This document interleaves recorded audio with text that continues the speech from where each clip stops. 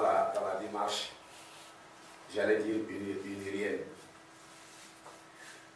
On nous dit, vous aurez les réformes après les élections. Pourquoi pas maintenant? Alors, on se rend compte qu'il ne s'agit pas simplement de dire, voici les données des réformes, c'est-à-dire les prérogatives du chef de l'État, les prérogatives du Premier ministre, le mode de scrutin, la limitation du pouvoir dans le temps.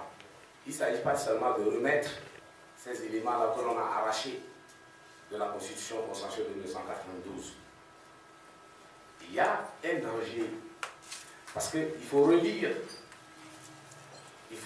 fort quand il parle de la commission Awanana. Les éléments qu'il avance laissent entendre l'ouverture d'une 5e République. Parce que tous les ingrédients que Faure appelle sont des ingrédients qui entrent dans la rédaction d'une constitution. Notre histoire, les réalités. Il est en train de vouloir ouvrir une 5e République. Si nous allons aux élections avec Faure et qu'il reste au pouvoir, nous n'aurons pas la constitution de 92, nous n'aurons pas la constitution actuelle à laquelle on remet les éléments arrachés. Nous aurons une nouvelle constitution, nous entrons dans une 5e République et l'on va réécrire notre histoire, qui va encore causer des problèmes après. Parce qu'il y a de ma tenté de réécrire l'histoire. C'est ça aussi qui crée le problème aujourd'hui. Et Faure veut faire la même chose. Relisez-le. Relisez ses discours. Il parle d'avenir. Beaucoup d'avenir. Il conteste l'histoire.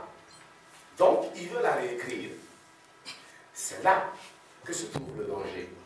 Un 3e mandat de Faure, ou la prochaine présidence de Faure, c'est pour ouvrir la voie à une 5e République. Le dernier élément anecdotique que je voulais faire ressortir, c'est que Faure a participé à des marches, à une marche en France. Il n'y a pas eu de gaz lacrymogène là-bas.